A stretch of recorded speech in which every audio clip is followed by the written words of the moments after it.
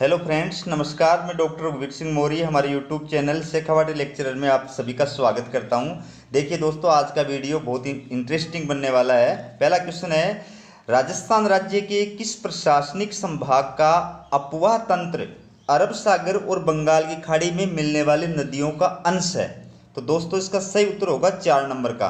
दोस्तों मैं डायरेक्ट उत्तर इसलिए बताता हूँ ताकि आप भ्रमित नहीं हो, आपकी नज़र सिर्फ उत्तर पे होनी चाहिए, ठीक है ना। तो उदयपुर संभाग का अपवाह तंत्र अरब सागर और बंगाल की खाड़ी में मिलने वाली नदियों का अंश है, ठीक है। नेक्स्ट क्वेश्चन देखिए, राज्य की कौन सी नदियां हैं जो अपना जल बंगाल की खाड़ी की ओर ले जाती हैं? तो दोस्तों इसका सही उत्तर होगा चंबल, बनास और काली सिंध। पहले नंबर का चंबल, बनास और काली सिंध जो नदियां हैं ये अपना जल बंगाल की खाड़ी की ओर ले जाती हैं। अगला क्वेश्चन देखिए, निम्न में से नदियों का कौन सा समूह है जो बंगाल की खाड़ी के अपवाह तंत्र का भाग है? ठीक है, तो दोस्तों इसका सही उत्तर है 4 नंबर का बाणगंगा, पार्वती, काली सिंध और चंबल। ये जो नदियां हैं दोस्तों, ये नदियां अपना जल बंगाल की खाड़ी में ले जाकर के गिराती हैं, यानी ये बंगाल की खाड़ी के अपवाह तंत्र का भाग है। अगला क्वेश्चन देखिए दोस्तों, कितना शानदार क्वेश्चन है। राजस्थान की नदियों को कितने कैचमेंट एरिया में विभाजित किया गया है? इसका सही उत्तर होगा दोस्तों 13, 1 नंबर का। दोस्तों राजस्थान की नदियों को 13 कैचमेंट एरिया का मतलब होता है जल ग्रहण क्षेत्र, ठीक है। तो 13 जल ग्रहण क्षेत्रों में विभाजित किया गया है। अगला क्वेश्चन देखिए, राजस्थान की नदियों को कितने सब कैचमेंट एरिया में विभाजित किया गया है? सब कैचमेंट एरिया का मतलब होता है उप जल ग्रहण क्षेत्र। तो इसका सही उत्तर होगा 3 नंबर का 59। दोस्तों राजस्थान की नदियों को 13 जल ग्रहण क्षेत्र यानी कैचमेंट एरिया में और 59 उप जल ग्रहण क्षेत्र यानी सब कैचमेंट एरिया में विभाजित किया गया है। अगला क्वेश्चन देखिए, राजस्थान के कैचमेंट एरिया का कितना प्रतिशत अरब सागरीय या अरब सागर प्रवाह क्रम से संबंधित है? तो दोस्तों इसका सही उत्तर होगा पहले नंबर का 35.11%।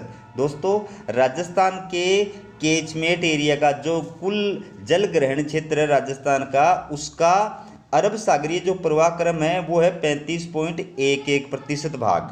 अगला क्वेश्चन देखिए, राजस्थान के कैचमेंट एरिया का कितना प्रतिशत बंगाल की खाड़ी प्रवाह क्रम से संबंधित है? तो दोस्तों इसका सही उत्तर होगा 2 नंबर का 53.13%। दोस्तों राजस्थान का जो कुल कैचमेंट एरिया है यानी जल ग्रहण क्षेत्र है, उसका बंगाली खाड़ी का जो प्रवाह क्रम है वो कितना प्रतिशत है? 53.13% भाग है।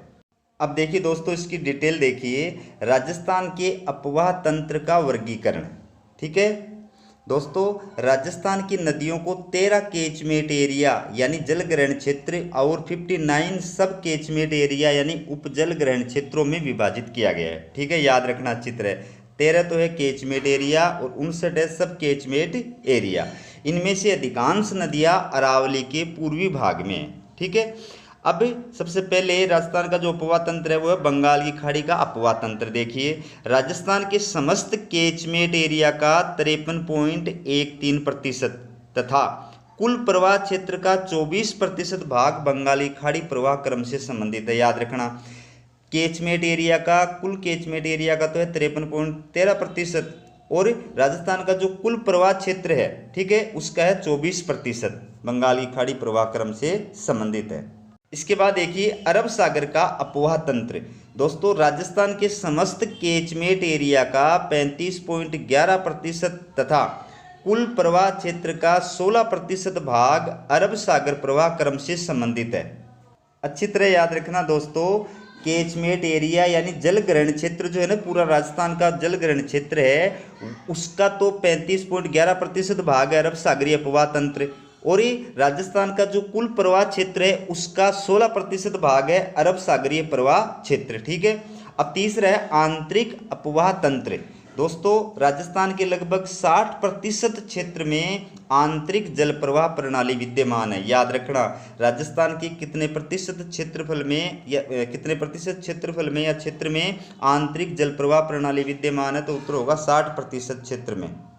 अब देखिए दोस्तों, आज का अपना टॉपिक बंगाली खाड़ी के अपवाह तंत्र पर है, इसलिए बंगाली खाड़ी का अपवाह तंत्र याद करने का जो सूत्र है वो मैं आपके सामने लेकर आया हूँ। ट्रिक के माध्यम से आप इसको याद कीजिए। बंगाली खाड़ी के अपवाह तंत्र का मतलब है कि बंगाली खाड़ी में जल ले जाने वाली नदियाँ कौन कौन सी हैं। ठीक है, तो ट्रिक क्या है आपके सामने लिखी हुई है, काको बापा बच। काको बापा बच, ठीक है। काका मतलब काली सिंध, को का मतलब कोठारी, बा का मतलब बाणगंगा, पा का मतलब पार्वती, ब का मतलब बनास और च का मतलब चंबल। तो ये जो नदियाँ हैं दोस्तों, ये सब नदियाँ बंगाल की खाड़ी के अपवाह तंत्र का भाग हैं, यानी ये अपना जल बंगाली खाड़ी में ले जाती हैं। तो एग्जाम में इससे रिलेटेड क्वेश्चन आते हैं दोस्तों, बहुत इंपॉर्टेंट टॉपिक है। इस ट्रिक को अच्छी तरह याद कर लो, इसके माध्यम से आपको ये क्वेश्चन अच्छी तरह तैयार हो जाएगा। अगला क्वेश्चन देखिए, अब राजस्थान के किस प्रदेश में बीहड़ मिलते हैं? इसका सही उत्तर है 4 नंबर का, चंबल बेसिन में। दोस्तों राजस्थान का जो चंबल बेसिन है उसमें बीहड़ मिलते हैं। अगला क्वेश्चन देखिए, निम्नलिखित में से किस कार्यक्रम का संबंध चंबल नदी क्षेत्र से है? ये जो राजस्थान के अंदर कार्यक्रम चलाए हुए हैं, इनमें से कौन सा कार्यक्रम चंबल नदी क्षेत्र से संबंधित है? तो दोस्तों इसका सही उत्तर है 2 नंबर का, कंदरा सुधार कार्यक्रम। दोस्तों कंदरा सुधार कार्यक्रम चंबल नदी क्षेत्र में प्रारंभ किया गया था। नेक्स्ट क्वेश्चन देखिए, डांग क्षेत्र किस नदी बेसिन में स्थित है? डांग क्षेत्र किस नदी बेसिन में स्थित है? इसका सही उत्तर है 2 नंबर का, चंबल बेसिन में। नेक्स्ट क्वेश्चन देखिए दोस्तों, कितना शानदार क्वेश्चन है। चंबल नदी किस स्थलाकृति का सर्वश्रेष्ठ उदाहरण है? चंबल नदी किस स्थलाकृति का सर्वश्रेष्ठ उदाहरण है? दोस्तों इसका सही उत्तर है उत्खात। चंबल नदी उत्खात स्थलाकृति का सर्वश्रेष्ठ उदाहरण है। नेक्स्ट क्वेश्चन देखिए दोस्तों, चंबल बेसिन में गहरी खड्ड युक्त बीहड़ भूमि को स्थानीय भाषा में कहा जाता है?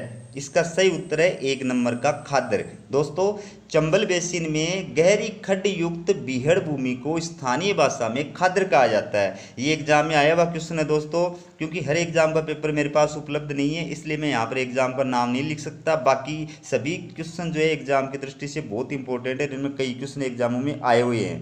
नेक्स्ट क्वेश्चन देखिए, राजस्थान में निम्न में से कौन से जिले मुख्यतः बीहड़ प्रभावित हैं? राजस्थान में कौन से जिले मुख्यतः बीहड़ प्रभावित हैं? दोस्तों इसका सही उत्तर है 2 नंबर का, कोटा, सवाई माधोपुर, धौलपुर। ये जिले जो हैं ये बीहड़ प्रभावित हैं। अब देखिए दोस्तों इसकी डिटेल देखिए, राजस्थान में सर्वाधिक बीहड़ चंबल नदी क्षेत्र में है। याद रखना, राजस्थान में सर्वाधिक बीहड़ किस नदी क्षेत्र में? चंबल नदी क्षेत्र में। ठीक है, लगभग 4500 वर्ग किलोमीटर का क्षेत्र चंबल के बीहड़ का क्षेत्र है, जो कि कोटा, बूंदी, टोंक, सवाई माधोपुर तथा भरतपुर जिलों में फैला हुआ है। याद रखना, चंबल नदी का जो बीहड़ क्षेत्र है वो कितना वर्ग किलोमीटर क्षेत्र में फैला हुआ है? 4500 वर्ग किलोमीटर क्षेत्रफल में फैला हुआ है। ठीक है, फिर चंबल बेसिन में मिट्टी के भारी कटाव के कारण बनी गहरी घाटियां व खड्डों को स्थानीय भाषा में खाद्र कहा जाता है। याद रखना अच्छी तरह, खाद्र किसे कहते हैं? चंबल बेसिन में मिट्टी के भारी कटाव के कारण बनी गहरी घाटियां और खड्डों को स्थानीय भाषा में खाद्र कहते हैं। फिर है चंबल बेसिन में स्थित उबड़ खाबड़ भूमि को क्या कहते हैं? डांग क्षेत्र कहते हैं। चंबल बेसिन में स्थित उबड़ खाबड़ जो भूमि है उसको बोलते हैं डांग। ठीक है, फिर है चंबल नदी क्षेत्र में 1987-88 में केंद्र प्रवर्तित योजना के रूप में कंदरा सुधार कार्यक्रम 8 जिलों में प्रारंभ किया गया था। अच्छी तरह याद रखना, कंदरा सुधार कार्यक्रम केंद्र सरकार के द्वारा प्रारंभ किया गया कार्यक्रम है। ये कार्यक्रम 1987-88 में प्रारंभ किया गया था और ये कार्यक्रम चंबल नदी क्षेत्र के 8 जिलों में प्रारंभ किया गया था। ठीक है, अगला क्वेश्चन देखिए, निम्न में से चंबल नदी का अन्य नाम नहीं है।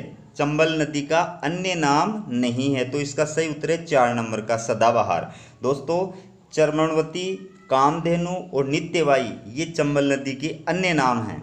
अगला क्वेश्चन देखिए, चंबल नदी का उद्गम स्थल है। चंबल नदी कहाँ से निकलती है? तो दोस्तों इसका सही उत्तर है जनापांव पहाड़ी।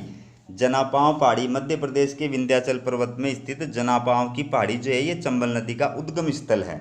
अगला क्वेश्चन देखिए दोस्तों, बहुत शानदार क्वेश्चन है, एग्जाम में आया हुआ क्वेश्चन है। चंबल नदी राजस्थान में किस स्थान से प्रवेश करती है? दोस्तों इसका सही उत्तर है 2 नंबर का, चौरासीगढ़ चित्तौड़गढ़ से। दोस्तों चंबल नदी चौरासीगढ़ चित्तौड़गढ़ से राजस्थान में प्रवेश करती है। अगला क्वेश्चन देखिए, चंबल नदी राजस्थान की कितने जिलों में बहती है? तो दोस्तों इसका सही उत्तर होगा 2 नंबर वाला, 6 जिलों में। चंबल नदी राजस्थान के 6 जिलों में बहती है। आगे डिटेल से बताया गया कौन कौन सी जिलों में बहती है। अगला क्वेश्चन देखिए, राजस्थान में सतही जल सर्वाधिक मात्रा में किस नदी में उपलब्ध है? राजस्थान में सतही जल सर्वाधिक मात्रा में किस नदी में उपलब्ध है? इसका सही उत्तर होगा 1 नंबर का, चंबल नदी में। अगला क्वेश्चन देखिए, चंबल नदी किस नदी की सहायक नदी है? चंबल नदी किस नदी की सहायक नदी है? इसका सही उत्तर है 4 नंबर का, यमुना। दोस्तों चंबल नदी यमुना नदी की सहायक नदी है। अब देखिए दोस्तों, चंबल नदी के बारे में पूरी डिटेल देखिए आप। बंगाल की खाड़ी की ओर जल ले जाने वाली नदियों में राजस्थान की सबसे महत्वपूर्ण और सदावाहिनी नदी चंबल नदी है। ठीक है, चंबल नदी के अन्य नाम है चर्मणवती, कामधेनु, नित्यवाही।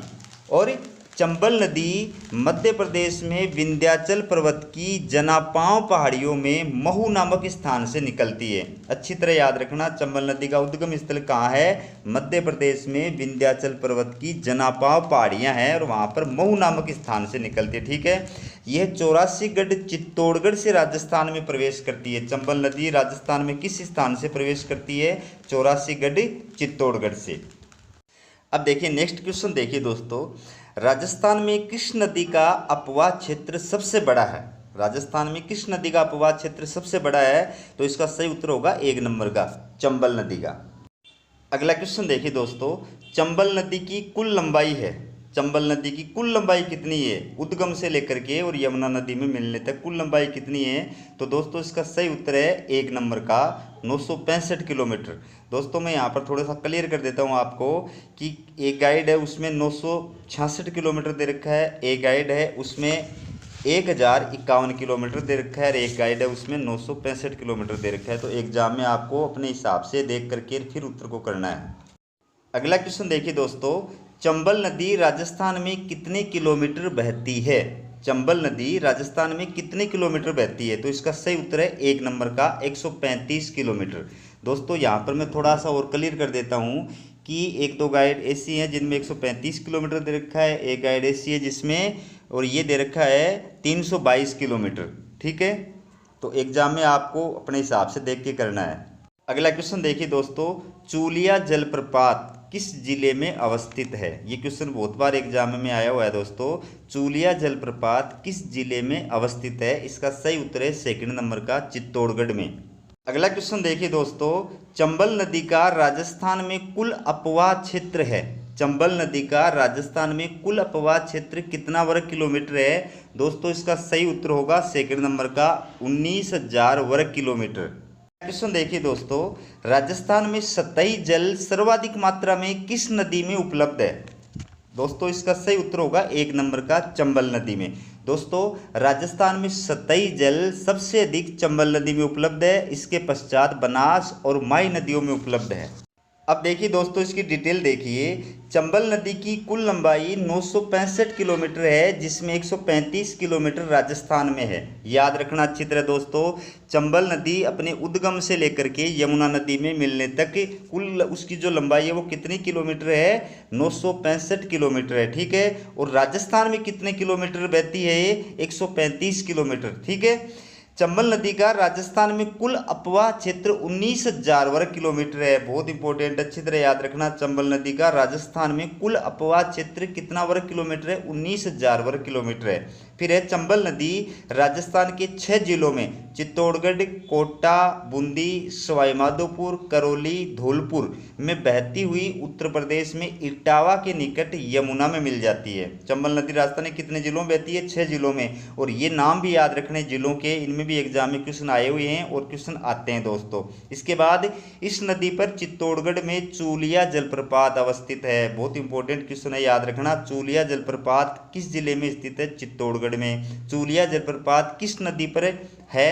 तो उत्तर होगा चंबल नदी पर। अगला क्वेश्चन देखिए, राजस्थान के साथ सबसे अधिक लंबी अंतर्राज्यीय सीमा बनाती है? कौन सी नदी राजस्थान के साथ सबसे अधिक लंबी अंतर्राज्यीय सीमा बनाती है? इसका सही उत्तर है 1 नंबर का, चंबल नदी। अगला क्वेश्चन देखिए, चंबल नदी किन राज्यों में बहती है? चंबल नदी किन राज्यों में बहती है? तो दोस्तों इसका सही उत्तर है 3 नंबर का, राजस्थान, मध्य प्रदेश और उत्तर प्रदेश। ठीक है दोस्तों, मध्य प्रदेश इसका उद्गम स्थल है। मध्य प्रदेश में बहती हुई ये राजस्थान में प्रवेश करती है, फिर राजस्थान के 6 जिलों में बहती हुई ये उत्तर प्रदेश के अंदर इटावा के पास यमुना नदी में जाकर के मिल जाती है। अगला क्वेश्चन देखिए, चंबल नदी पर मध्य प्रदेश में कौन सा बांध बनाया गया है? बहुत इंपॉर्टेंट क्वेश्चन है, एग्जाम में आया हुआ क्वेश्चन है। चंबल नदी पर मध्य प्रदेश में कौन सा बांध बनाया गया है? दोस्तों इसका सही उत्तर है 1 नंबर का, गांधी सागर बांध। नेक्स्ट क्वेश्चन देखिए, राजस्थान के किस जिले में चंबल नदी पर राणा प्रताप सागर बांध बनाया गया है? राजस्थान के किस जिले में चंबल नदी पर राणा प्रताप सागर बांध बनाया गया है? तो दोस्तों इसका सही उत्तर है 3 नंबर का, चित्तौड़गढ़ जिले में। अब देखिए दोस्तों इसकी डिटेल देखिए, चंबल नदी भारत के 3 राज्यों राजस्थान, मध्य प्रदेश और उत्तर प्रदेश में बहती है। याद रखना, चंबल नदी 3 राज्यों में बहती है, राजस्थान, मध्य प्रदेश और उत्तर प्रदेश। फिर चंबल नदी राजस्थान के साथ सबसे अधिक लंबी अंतर्राज्यीय सीमा बनाती है।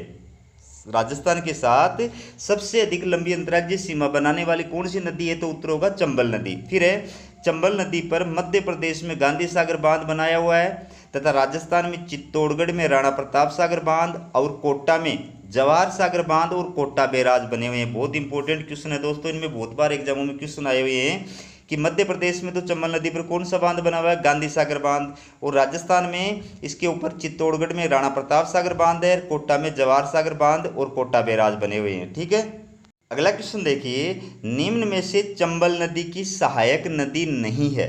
इनमें से कौन सी नदी जो है वो चंबल नदी की सहायक नदी नहीं है? इसका सही उत्तर होगा 4 नंबर का।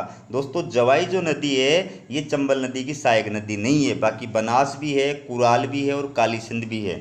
अगला क्वेश्चन देखिए, निम्न में से मध्य प्रदेश में चंबल में मिलने वाली नदी नहीं है। इनमें से कौन सी नदी मध्य प्रदेश में चंबल नदी में नहीं मिलती है? तो दोस्तों इसका सही उत्तर है 4 नंबर का, आलनिया।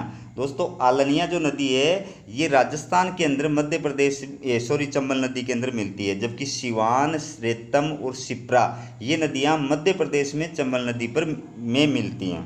अगला क्वेश्चन देखिए, निम्न में से कौन सी नदी राजस्थान में चंबल नदी में मिलती है? इनमें से कौन सी नदी है जो राजस्थान में चंबल नदी में मिलती है? तो दोस्तों इसका सही उत्तर है उपयुक्त सभी, 4 नंबर का। आलनिया, परवन, बनास ये सभी नदियां जो हैं ये राजस्थान में चंबल नदी में मिलती हैं। अब देखिए दोस्तों इसकी डिटेल देखिए, चंबल नदी की सहायक नदियाँ, चंबल नदी की सहायक नदियाँ कौन कौन सी हैं? तो देखिए पहले बात तो मध्य प्रदेश में मिलने वाली नदियाँ, यानी चंबल नदी में मध्य प्रदेश में कौन कौन सी नदियाँ आकर के मिलती हैं? तो उनकी 3 नदियों के नाम अच्छी तरह याद रखना, सिवान, रेतम और शिप्रा। ठीक है, ये मध्य प्रदेश में चंबल नदी में मिलती हैं। ठीक है, फिर है राजस्थान में मिलने वाली नदियाँ। राजस्थान में कौन कौन सी नदियाँ हैं जो चंबल नदी में मिलती हैं? तो नाम है आलनिया, परवन, बनास, काली सिंध, पार्वती, बामनी, कुराल, मेज, छोटी काली सिंध। ठीक है दोस्तों, 2-4 बार मतलब चीज़ों को देख लोगे तो ये अच्छी तरह याद हो जाएंगे। अगला क्वेश्चन देखिए, काली सिंध नदी का उद्गम है, काली सिंध नदी का उद्गम कहाँ पर है? दोस्तों इसका सही उत्तर है 2 नंबर का, बागली गांव की पहाड़ियाँ।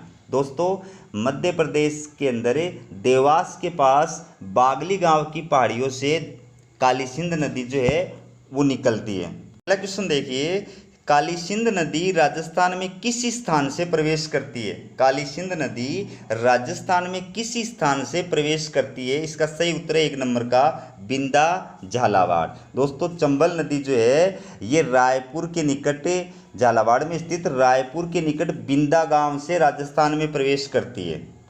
अगला क्वेश्चन देखिए, काली सिंध नदी जिस जिला समूह से नहीं गुजरती है वह है। इनमें से कौन से जिलों से काली सिंध नदी जो है वो नहीं गुजरती है?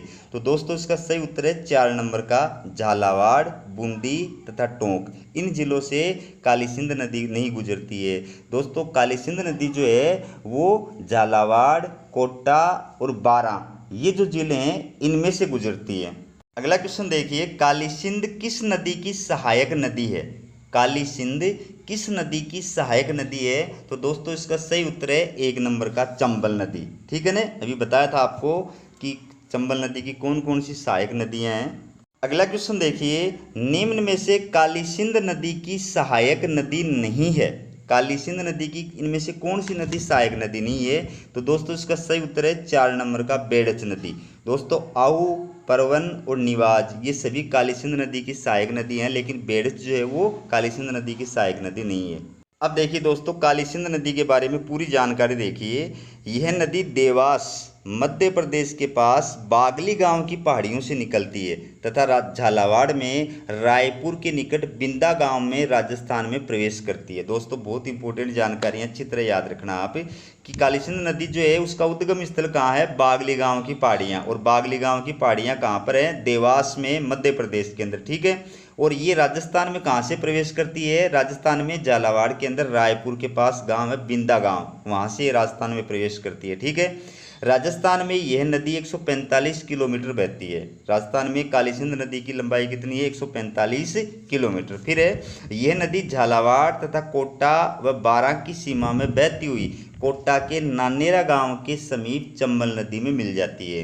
काली सिंध नदी किन किन जिलों में बहती है राजस्थान के अंदर? झालावाड़, कोटा और बारां, ठीक है। और फिर ये चंबल नदी में मिलती है किस स्थान से? कोटा के नानेरा गांव के समीप, ठीक है। फिर काली सिंध नदी की सहायक नदियाँ हैं। काली सिंध नदी की सहायक नदियों के नाम क्या क्या हैं? एग्जाम में इससे रिलेटेड भी क्वेश्चन आते हैं दोस्तों। तो कौन कौन सी हैं काली सिंध नदी की सहायक नदियाँ? आहू, परवन, आमझर, चौली, उजाड़ और निमाज, ठीक है। अब देखिए नेक्स्ट क्वेश्चन देखिए, पार्वती नदी का उद्गम स्थल है। पार्वती नदी कहाँ से निकलती है? तो दोस्तों इसका सही उत्तर है सीहोर क्षेत्र, मध्य प्रदेश। दोस्तों पार्वती जो नदी है ये मध्य प्रदेश में विंध्याचल पर्वत श्रेणी में सीहोर क्षेत्र से निकलती है। अगला क्वेश्चन देखिए, निम्न में से पार्वती नदी की सहायक नदी नहीं है। इनमें से कौन सी नदी पार्वती नदी की सहायक नदी नहीं है? तो दोस्तों इसका सही उत्तर है 4 नंबर का चौली नदी। दोस्तों लासी, बरनी, रेतड़ी ये सब नदियां जो है ये पार्वती नदी की सहायक नदियां हैं, लेकिन चौली नदी जो है ये पार्वती नदी की सहायक नदी नहीं है, बल्कि ये काली सिंध नदी की सहायक नदी है। अब देखिए दोस्तों पार्वती नदी की डिटेल देखिए। यह नदी मध्य प्रदेश में विंध्याचल पर्वत श्रेणी में सीहोर क्षेत्र से निकलकर राजस्थान में बारां में करियाहाट के निकट छतरपुर गांव में प्रवेश करती है। याद रखना, एक तो उद्गम कहाँ से? इसका उद्गम है मध्य प्रदेश में विंध्याचल पर्वत श्रेणी में सीहोर क्षेत्र।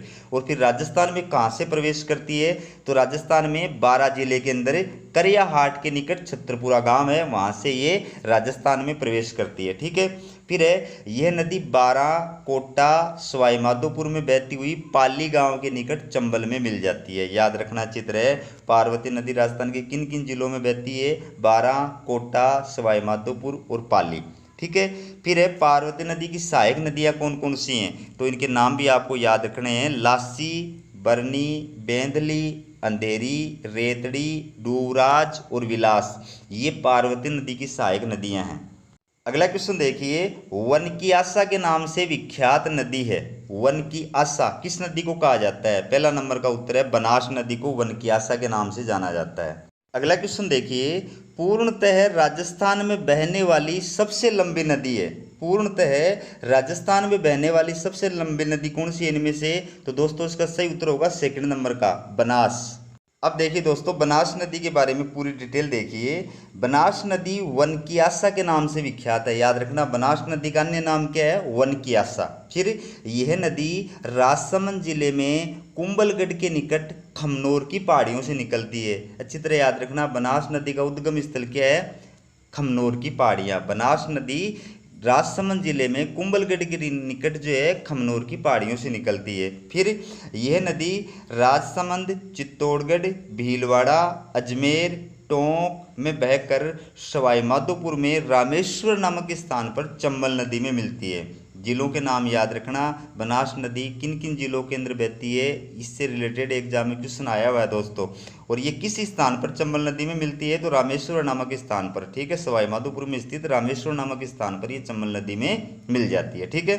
फिर है बनास नदी पूर्णतः राजस्थान में बहने वाली सबसे लंबी नदी है जो 512 किलोमीटर लंबी है। यह अपने उद्गम स्थल से लगभग 512 किलोमीटर बहकर चंबल नदी में मिलती है। याद रखना, बनास नदी की कुल जो लंबाई है राजस्थान के अंदर वो 512 किलोमीटर है और ये पूरी तरह से राजस्थान में बहने वाली नदी है और राजस्थान में बहने वाली पूर्ण रूप से सबसे लंबी नदी है। ठीक है, क्वेश्चन देखिए दोस्तों, बहुत इंपॉर्टेंट क्वेश्चन है। राजस्थान में किस नदी का कैचमेंट एरिया सर्वाधिक है? राजस्थान में किस नदी का कैचमेंट एरिया यानी जल ग्रहण क्षेत्र सर्वाधिक है? तो दोस्तों इसका सही उत्तर होगा 1 नंबर का बनास नदी का।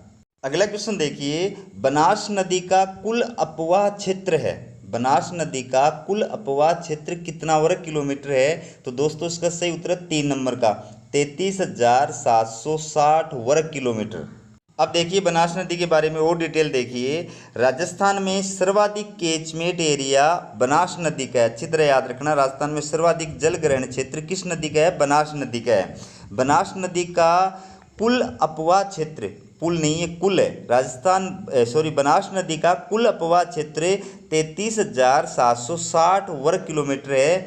यह राजस्थान की कुल अपवाह क्षेत्र का 9.80% है जो राजस्थान की समस्त नदियों में सर्वाधिक है। याद रखना दोस्तों अच्छी तरह कि राजस्थान के अंदर जो सबसे ज़्यादा कैचमेंट एरिया है, जल ग्रहण क्षेत्र है, वो बनास नदी का है और इसका जो अपवाह क्षेत्र है वो है 33,760 वर्ग किलोमीटर। और ये जो इसका अपवाह क्षेत्र है ये राजस्थान के कुल अपवाह क्षेत्र का 9.80% है। ठीक है, तो ये राजस्थान की सभी नदियों में सर्वाधिक अपवाह क्षेत्र हो गया इसका। ठीक है, इसलिए बनास नदी पूर्णतः राजस्थान की सबसे बड़ी नदी है और दूसरी ओर राजस्थान की भूमि में बहने वाली यह सबसे लंबी नदी है। याद रखना, 2 बातें हो गई यहाँ पर कि राजस्थान में बहने वाली सबसे बड़ी नदी है बनास नदी, फिर राजस्थान की भूमि में बहने वाली सबसे लंबी नदी है बनास नदी। अगला क्वेश्चन देखिए, बनास नदी की सहायक नदी नहीं है। इनमें से कौन सी नदी जो है वो बनास नदी की सहायक नदी नहीं है? तो दोस्तों इसका सही उत्तर है 4 नंबर का आहू।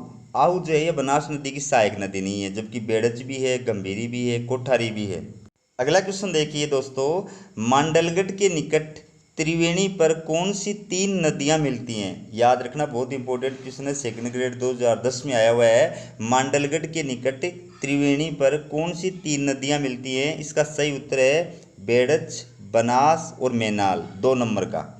अगला क्वेश्चन देखिए दोस्तों, RS प्री 2012 में आया हुआ है। चंबल नदी की सबसे बड़ी सहायक नदी है। चंबल नदी की सबसे बड़ी सहायक नदी इनमें से कौन सी है? तो इसका सही उत्तर है 1 नंबर का बनास। दोस्तों बनास नदी चंबल नदी की सबसे बड़ी सहायक नदी है। अगला क्वेश्चन देखिए, बिशलपुर बांध किस नदी पर बनाया गया है? बहुत इंपॉर्टेंट क्वेश्चन है, एग्जामों में आया हुआ क्वेश्चन है दोस्तों। बिशलपुर बांध किस नदी पर बनाया गया है? तो दोस्तों इसका सही उत्तर होगा बनास नदी पर। दोस्तों बिशलपुर बांध जो है ये बनास नदी पर बनाया गया है। दोस्तों मैं आपको ये भी बता दूं कि बिशलपुर बांध जो है ये टोंक जिले में स्थित है। अब देखिए बनास नदी के बारे में और डिटेल देखिए। बनास नदी की मुख्य सहायक नदियाँ, बनास नदी की कौन कौन सी सहायक नदियाँ वो नाम देखिए।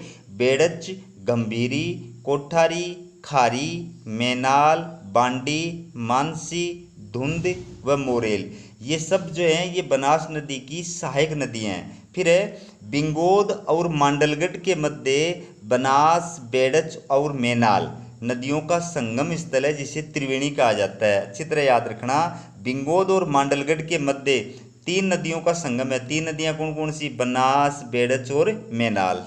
इसलिए इस स्थान को क्या कहते हैं? त्रिवेणी कहते हैं। जहाँ पर 3 नदी आकर के मिलती है उसको बोलते हैं त्रिवेणी। फिर है टोंक जिले में बिशलपुर गांव में बिशलपुर बांध बनास नदी पर बनाया गया है। बहुत इंपॉर्टेंट क्वेश्चन है। बिशलपुर बांध किस नदी पर बनाया गया है? बनास नदी पर। बिशलपुर बांध किस जिले में स्थित है? टोंक जिले में स्थित है। अगला क्वेश्चन देखिए, निम्न में से कौन सी नदी का उद्गम स्थल दिवेर की पहाड़ियाँ राजसमंद है? दिवेर की पहाड़ियों यानी राजसमंद जिले की दिवेर की पहाड़ियों से कौन सी नदी निकलती है इनमें से? तो इसका सही उत्तर है 2 नंबर का कोठारी।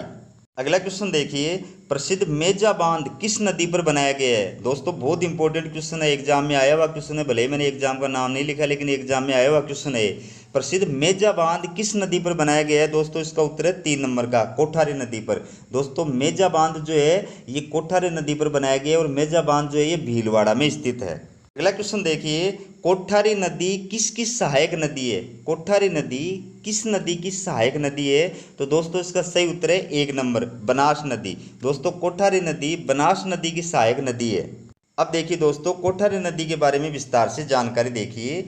कोठारी नदी का उद्गम स्थल राजसमंद में स्थित दिवेर की पहाड़ियां हैं। कोठारी नदी का उद्गम स्थल राजसमंद जिले में स्थित दिवेर की पहाड़ियां। ये नदी दिवेर की पहाड़ियों से निकलती है और दिवेर की पहाड़ियां किस जिले में है, राजसमंद जिले में है। ठीक है, फिर कोठारी नदी बनास नदी की सहायक नदी है जो राजसमंद और भीलवाड़ा जिले में बहकर भीलवाड़ा में स्थित नंदराय के निकट बनास नदी में मिल जाती है। दोस्तों अच्छी तरह याद रखना, कोठारी नदी किस नदी की सहायक नदी है, बनास नदी की। फिर कोठारी नदी किन जिलों में बहती है, राजसमंद और भीलवाड़ा जिलों में। फिर ये बनास नदी में किस स्थान पर मिलती है, तो भीलवाड़ा में स्थित नंदराय नामक स्थान पर। फिर है कोठारी नदी की सहायक नदी का नाम बहामनी है। याद रखना दोस्तों, कोठारी नदी की सहायक नदी एक ही है, उसका नाम है बहामनी। फिर है कोठारी नदी पर भीलवाड़ा जिले में मेजा बांध बनाया गया है। बहुत इंपॉर्टेंट है, मेजा बांध कहाँ बनाया गया है, भीलवाड़ा में। किस नदी पर बनाया गया है, कोठारी नदी पर बनाया गया है। अब क्वेश्चन देखिए दोस्तों, बिजराल ग्राम की पहाड़ियाँ किस नदी का उद्गम स्थल है। बिजराल ग्राम की पहाड़ियों से कौन सी नदी निकलती है इनमें से। इसका सही उत्तर है पहले नंबर का, खारी नदी। दोस्तों खारी नदी राजसमंद जिले में देवगढ़ तहसील के पास बिजराल ग्राम की पहाड़ियाँ हैं, वहाँ से निकलती है। अगला क्वेश्चन है, मानसी किस नदी की सहायक नदी है। मानसी किस नदी की सहायक नदी है। दोस्तों इसका सही उत्तर होगा खारी नदी की। अगला क्वेश्चन देखिए, ढूंढ किस नदी की मुख्य सहायक नदी है। बहुत इंपॉर्टेंट क्वेश्चन है दोस्तों, याद रखना। ढूंढ जो नदी है वो किस नदी की सहायक नदी है, तो इसका सही उत्तर है 3 नंबर का, मोरेल। दोस्तों ढूंढ नदी जो है ये जयपुर से निकलती है। अगला क्वेश्चन देखिए, मोरेल बांध किस नदी पर बनाया गया है। बहुत इंपॉर्टेंट क्वेश्चन है, मोरेल बांध किस नदी पर बनाया गया है। तो दोस्तों इसका सही उत्तर है मोरेल नदी पर। अब देखिए दोस्तों, मोरेल नदी के बारे में विस्तार से जानकारी देखिए। यह बनास नदी की सहायक नदी है। याद रखना, मोरेल नदी किस नदी की सहायक नदी है, बनास नदी की सहायक नदी है। ठीक है, फिर यह जयपुर जिले में स्थित चैनपुरा गांव की पहाड़ियों से निकलकर दौसा व सवाई माधोपुर में बहती हुई करौली के हाड़ौती गांव के निकट बनास नदी में मिल जाती है। दोनों चीज़ें याद रखनी है आपको कि इसकी उत्पत्ति कहाँ से होती है, उद्गम स्थल कहाँ है। तो उद्गम स्थल है जयपुर जिले में स्थित चैनपुर की पहाड़ियाँ। चैनपुर की पहाड़ियाँ किस जिले में स्थित है, जयपुर जिले में। यहाँ से किस नदी का उद्गम है, मोरेल नदी का। फिर है किन जिलों में बहती है मोरेल नदी, दौसा और सवाई माधोपुर और फिर करौली। दौसा, सवाई माधोपुर और करौली 3 जिलों के अंदर बहती है। और फिर ये बनास नदी मिलती है किस स्थान पर, करौली जिले के अंदर हाड़ौती नामक स्थान से। ठीक है, फिर है मोरेल नदी की मुख्य सहायक नदी ढूंढ है जो जयपुर से निकलती है। याद रखना, ढूंढ नदी किस नदी की सहायक नदी है, मोरेल की। और ढूंढ नदी कहाँ से निकलती है, जयपुर से निकलती है, जयपुर में ही बहती है। ठीक है, फिर है मोरेल नदी पर पिल्लू खेड़ा सवाई माधोपुर के निकट मोरेल बांध बनाया गया है। याद रखना दोस्तों, मोरेल बांध किस नदी पर बनाया गया है, मोरेल नदी पर। किस स्थान पर बनाया गया है, पिल्लू खेड़ा में। और किस जिले में है मोरेल बांध, मोरेल बांध किस जिले में स्थित है, सवाई माधोपुर जिले के अंदर। अगला क्वेश्चन देखिए दोस्तों, बहुत इंपॉर्टेंट क्वेश्चन है। किस नदी का उद्गम स्थल उदयपुर में स्थित गोगुंदा की पहाड़ियां हैं। इनमें से कौन सी नदी जो है वो गोगुंदा की पहाड़ियों से निकलती है। तो इसका सही उत्तर है 4 नंबर का, बेड़च। दोस्तों अच्छी तरह याद रखना, गोगुंदा की पहाड़ी कहाँ पर है, उदयपुर के अंदर स्थित है। यहाँ से कौन सी नदी निकलती है, बेड़च नदी निकलती है। अगला क्वेश्चन देखिए, किस नदी को आयड़ नदी के नाम से जाना जाता है। किस नदी को आयड़ नदी के नाम से जाना जाता है। तो दोस्तों इसका सही उत्तर है बेड़च। दोस्तों मैं आपको ये बता दूं कि बेड़च नदी जो है अपने उद्गम स्थल से यानी गोगुंदा की पहाड़ियों से निकलती है, तो इसका नाम होता है आयड़। ठीक है, और उसके बाद में उदय सागर झील से जब ये निकलती है ना, उदय सागर झील से निकलने के बाद में इसका नाम चेंज हो जाता है, आयड़ के स्थान पर इसका नाम हो जाता है बेड़च। अगला क्वेश्चन देखिए दोस्तों, बहुत इंपॉर्टेंट क्वेश्चन है। गोशुंडा बांध किस नदी पर बनाया गया है? गोशुंडा बांध किस नदी पर बनाया गया है? दोस्तों इसका सही उत्तर है 4 नंबर का बेड़च नदी पर। दोस्तों गोशुंडा बांध चित्तौड़गढ़ जिले में स्थित है और ये बेड़च नदी पर बनाया गया है। अब देखिए दोस्तों, बेड़च नदी के बारे में पूरी जानकारी देखिए। यह बनास नदी की सहायक नदी है। बेड़च किस नदी की सहायक नदी है? बनास की। ठीक है।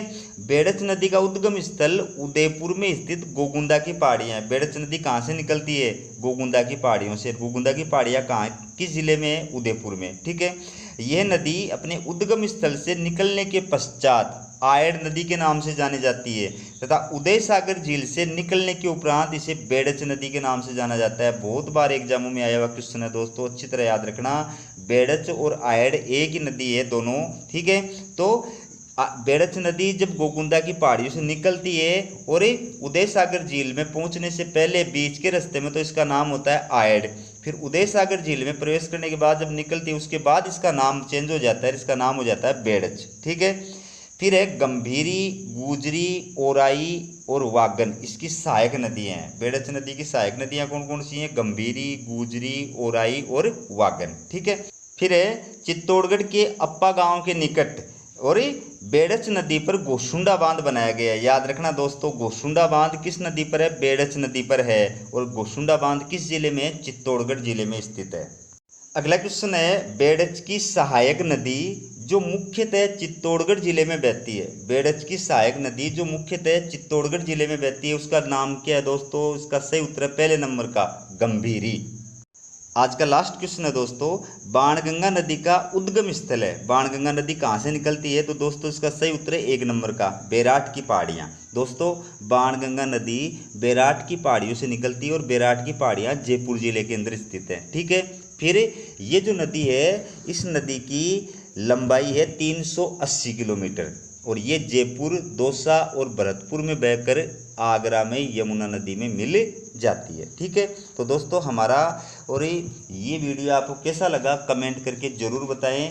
और दोस्तों ये जो है राजस्थान का अपवाद क्षेत्र जो है वो बंगाली खाड़ी का अपवाद क्षेत्र का वीडियो है। अगला जो वीडियो आएगा वो अरब सागर और आंतरिक जल प्रवाह क्षेत्र का वीडियो होगा। अगर वीडियो पसंद आए तो ज़्यादा से ज़्यादा शेयर करें और दोस्तों चैनल को सब्सक्राइब करना नहीं भूलें। आप वीडियो देख रहे हैं इसके लिए आपका बहुत बहुत धन्यवाद।